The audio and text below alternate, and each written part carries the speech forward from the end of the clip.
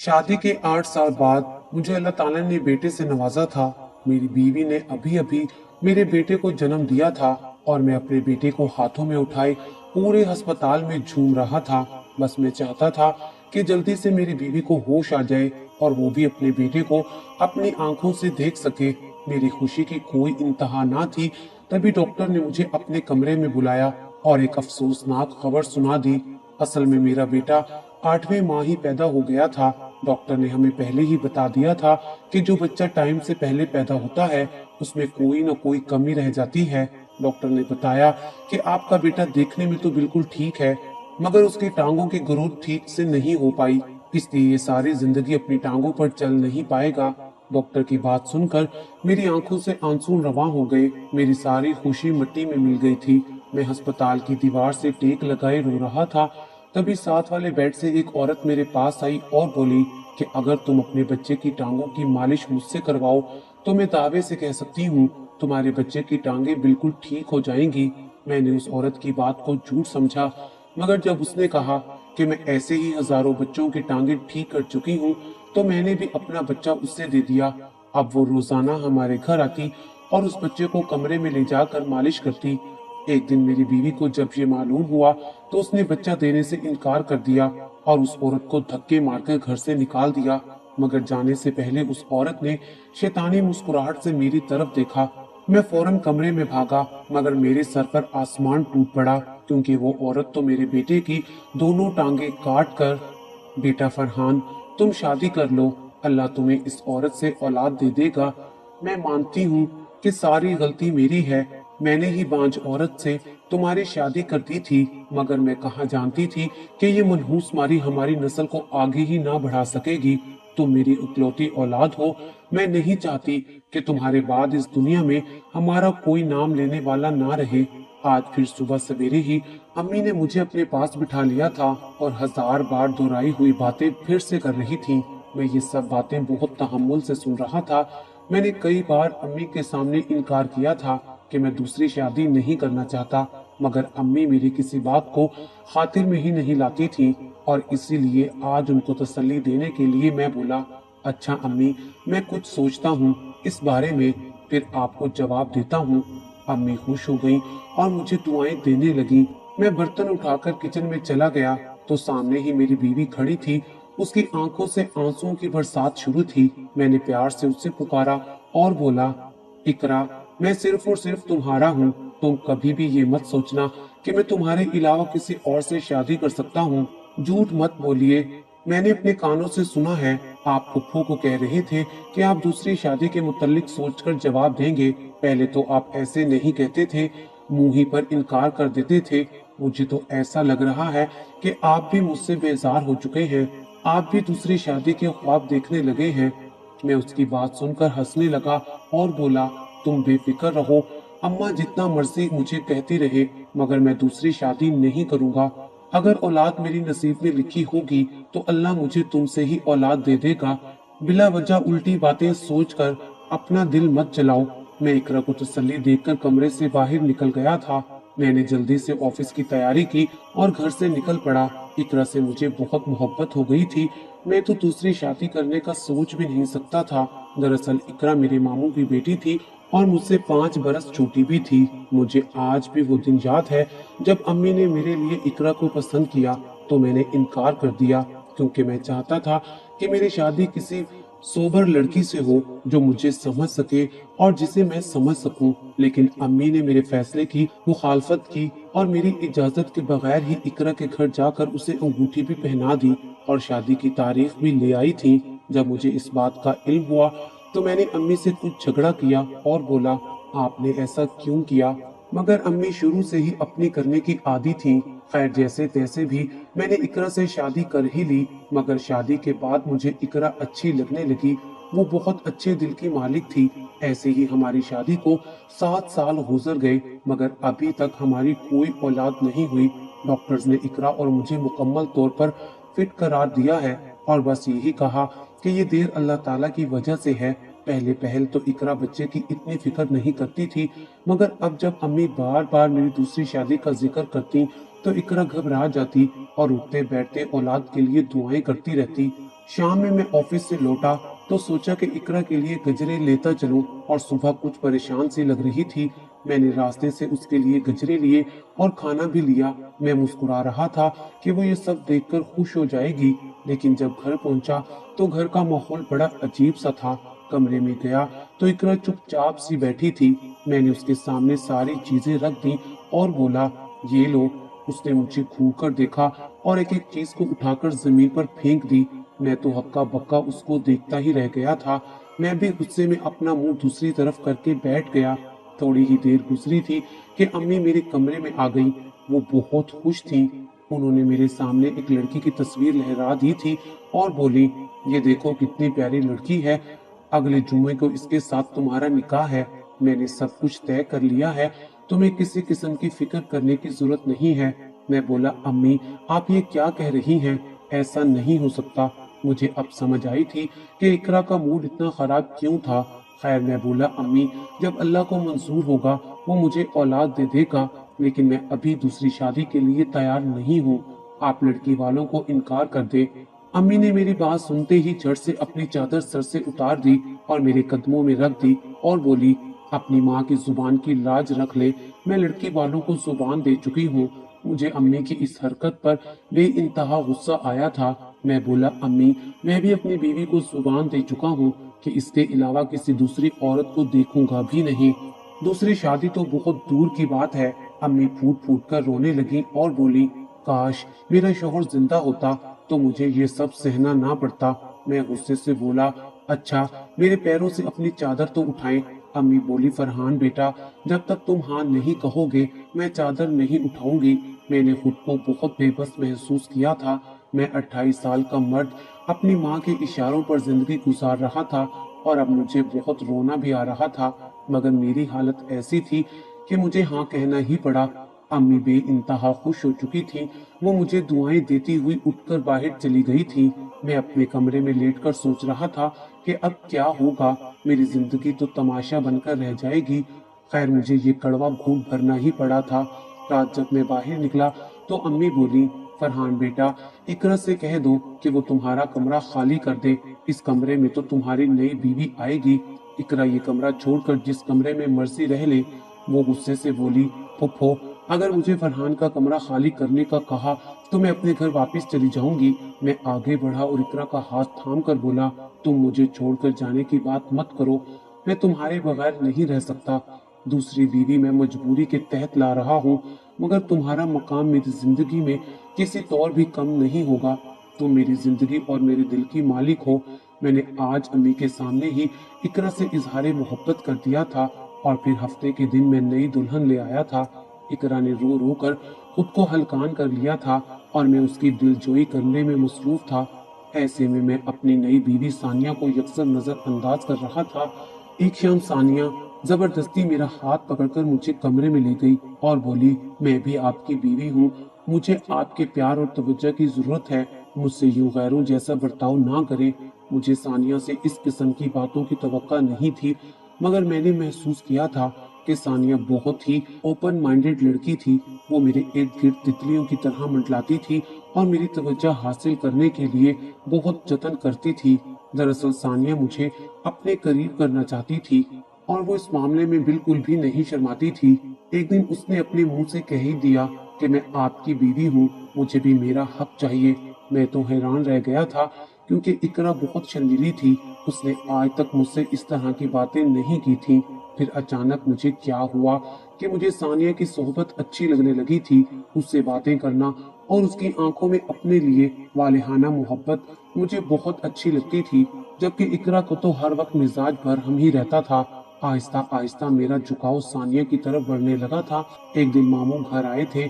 उन्होंने अम्मी को खूब खरी खरी सुनाई और कहा कि तुम्हें शर्म नहीं आई, तुमने अपने सगे भाई की बेटी का घर तबाह कर दिया। अम्मी चुप बैठी रही और मामू अपनी बेटी इकरा को अपने साथ लेकर चले गए। इस बार मैंने भी उन्हें नहीं रोका था। मुझे ऐसा लगा था कि इकरा के जाने से मेरी जिंदगी में सुकून आ जाएगा। कुछ ही अरसे बाद अल्लाह पाक ने मुझे औलाद की नेमत से नवाज दिया। जब मुझे सानिया ने बाप बनने की खबर सुनाई तो मेरी खुशी का कोई ठिकाना ही नहीं रहा था।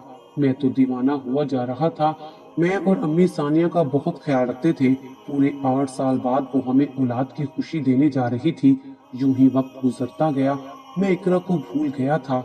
सानिया को 8वां माह लग चुका था। मैं और अम्मी बेपनाह खुश थे कि कब वो वक्त आएगा और हम बच्चे को अपनी गोद में उठाएंगे, उससे प्यार करेंगे। उस दिन मैं ऑफिस में था जब मुझे अम्मी की कॉल आई। वो बहुत परेशान थी और रो रही थी कि जल्दी से घर आ जाओ, सानिया सीढ़ियों से गिर गई है, उसकी हालत बहुत खराब है। ये बात सुनकर मुझ पर तो आसमान ही गिर पड़ा था। मैं अम्मी के बताए हुए अस्पताल पहुंच चुका था। डॉक्टर ने साफ कह दिया था कि बच्चे की जान खतरे में है, हम उसे बचाने की पूरी कोशिश करेंगे। मैं बहुत डरा हुआ था कि अगर मेरे बच्चे को कुछ हो गया तो मैं कैसे जिंदा रहूंगा। तभी एक नर्स दौड़ी हुई मेरे पास आई और बोली, बहुत बहुत मुबारक हो, बच्चा और माँ दोनों खतरे से बाहर हैं, आपके घर बेटा पैदा हुआ है। मेरी खुशी की तो कोई इंतहा ना रही थी। मुझे यूं लग रहा था जैसे मुझे कारून का खजाना मिल गया हो। अम्मी मुझे बच्चा पकड़ाकर खुद सानिया के पास चली गई थी क्योंकि वो अभी तक बेहोश थी। मैं अपनी गोद में बच्चा लिए खड़ा था जिसे मेरी बीवी ने जना था। मैं पूरे अस्पताल में झूम रहा था। तभी मुझे डॉक्टर ने अपने कमरे में बुलवा लिया। जब मैं गया तो डॉक्टर ने मुझे कहा कि 8वें माह जो बच्चा पैदा होता है उनकी ग्रोथ में कुछ कमी रह जाती है। हमें लगता है कि आपके बेटे की दोनों टांगों की ग्रोथ ठीक से नहीं हुई और आपका बेटा सारी जिंदगी चल नहीं पाएगा। डॉक्टर की बात सुनकर मैं रोने लगा था। अचानक सामने वाले बेड से एक औरत मेरे पास आई और बोली कि तुम फिक्र ना करो, मेरी मालिश करने से तुम्हारे बेटे की दोनों टांगे ठीक हो जाएंगी। उस वक्त मैं बहुत घबरा गया था। पहले ही मेरे बच्चे की जान बड़ी मुश्किल से बची थी, अब मैं मजीद रिस्क नहीं लेना चाहता था। मैंने फौरन उसकी गोद में अपना बच्चा डाल दिया। वो औरत उस बच्चे को लेकर एक कमरे में चली गई और उसकी मालिश करने के बाद बाहर ले आई और बोली, अब 40 दिन तक मैं इस बच्चे की मालिश करूंगी, फिर देखना तुम्हारे बच्चे की टांगे बिल्कुल ठीक हो जाएंगी। जब उसने मुझे यकीन दिलाया तो मैं उसकी बात मान गया। मेरे पास उसके अलावा कोई रास्ता भी तो नहीं था और अब वो रोजाना हमारे घर आती और मेरे बच्चे की मालिश करके चली जाती। जब वो मालिश करने के लिए आती तो मैं उसकी कड़ी निगरानी करता था। मुझे वो बहुत अजीब सी लगती थी, मगर मुझे यकीन हो गया था कि मेरे बेटे की टांगे ठीक हो जाएंगी। सानिया भी बच्चे की पैदाइश के बाद मुझसे गाफिल सी हो गई थी। उसे हर लम्हा बच्चे की फिक्र सताती रहती थी। तब मुझे अपनी पहली बीवी इकरा का ख्याल आया था। वो बहुत मासूम सी थी। मैं सोचने लगा था कि जब इकरा को इस बात का इल्म होगा कि मैं बाप बन चुका हूँ तो उस पर क्या गुजरेगी। अब तो मुझे ये फिक्र भी रहती थी कि कहीं मामू इकरा को तलाक ना दिलवा दे, क्योंकि मैं उसे तलाक देना नहीं चाहता था। मैं उसे अपने घर लाकर पहला सा मकाम देना चाहता था। एक दिन वो औरत अपने मुकर्रर वक्त से पहले ही बच्चे की मालिश करने आ गई। वो बोली कि मैंने कहीं जाना है, इसलिए ये काम जितनी जल्दी हो जाए उतना ही अच्छा है। मैं जल्दी से अपने बेटे को उठाकर ले आया और उस औरत को थमा दिया। वो औरत बच्चे को ड्राइंग रूम में ले गई। मैं लाउंज में बैठकर उसका इंतजार करने लगा। इतने में सानिया बाहर आ गई। वो बोली, मेरा बच्चा कहाँ है? मैं एकदम से घबरा गया और बोला, यही ही है, उसने कहाँ जाना है? तभी उसे बच्चे के रोने की आवाज ड्राइंग रूम से आने लगी। वो भाग कर गई। मैं भी उसके पीछे ही चला गया था। सानिया ने जब देखा कि उसका बेटा तो एक अजीब सी शक्ल वाली औरत के पास है, तब उसने एक कोहराम मचा दिया था। उसने अपना बच्चा उससे छीन लिया और उसे धक्के मार मार कर घर से बाहर निकाल दिया था। मगर जाने से पहले वो औरत एक शैतानी मुस्कुराहट से मेरी तरफ देख रही थी। मैं फौरन कमरे में भागा, मगर मेरे पैरों तले से जमीन निकल गई, क्योंकि वो हो चुका था जिसके बारे में कभी मैंने सोचा भी नहीं था।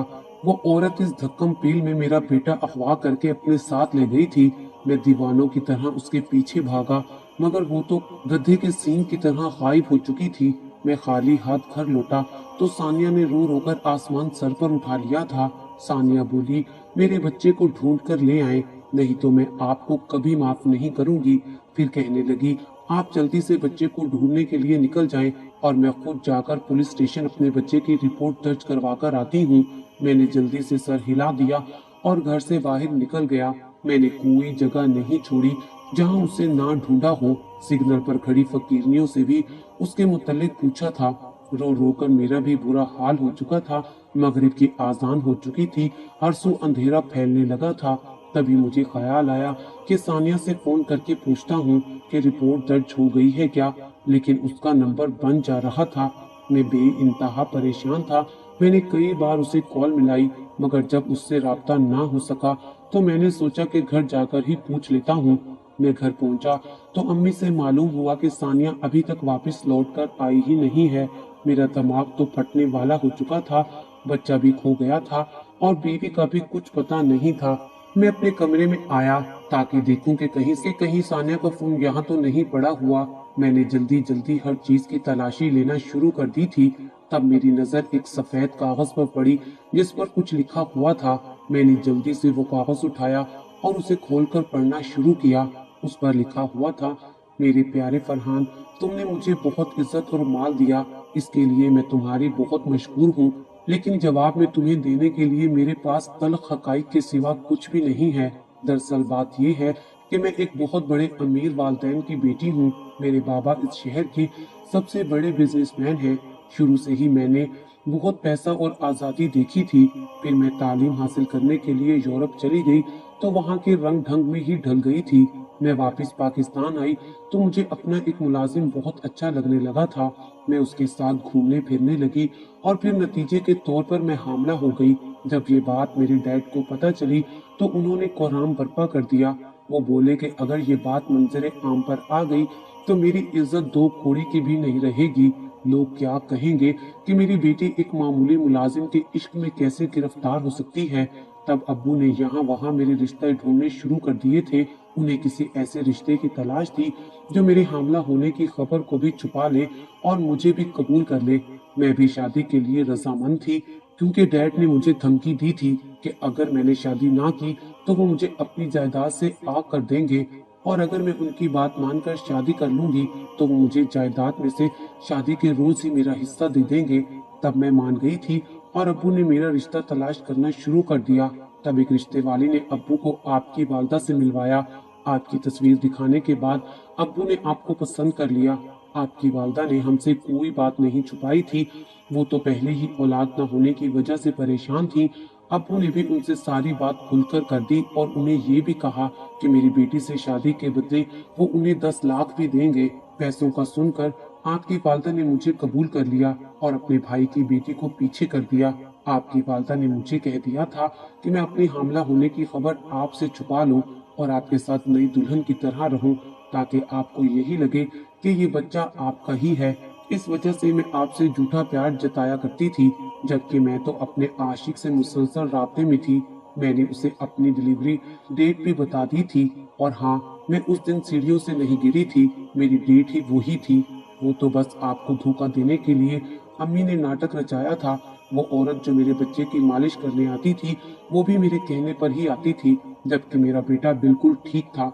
मैंने डॉक्टर को पैसे देकर आपसे ये झूठ बोलने का कहा था। असल में जब तक मेरी औलाद नहीं हो जानी थी मैं यहाँ से भाग नहीं सकती थी, क्योंकि मेरे बाप ने मेरा हिस्सा तो मुझे दे दिया था और साथ में ये शर्त भी रख दी थी कि जब तक आपकी और मेरी कोई औलाद नहीं होगी वो सारी जायदाद तब तक मुझे नहीं मिलेगी। इसलिए मुझे मजबूरी में आपके साथ रहना पड़ा। आज मेरे हिस्से की जायदाद मेरे नाम हो गई है और मैं अपने बच्चे को लेकर हमेशा के लिए यहाँ से जा रही हूँ। खुला के कागजात भिजवा दूंगी या आप मुझे तलाक दे दीजिएगा। ये खत पढ़कर मैं अपने कदमों पर खड़ा ना रह सका था। ये कैसे मुमकिन था कि मेरी वालदा मेरे साथ इतना बड़ा मजाक कर दे। मेरी आंखों से आंसू बह रहे थे।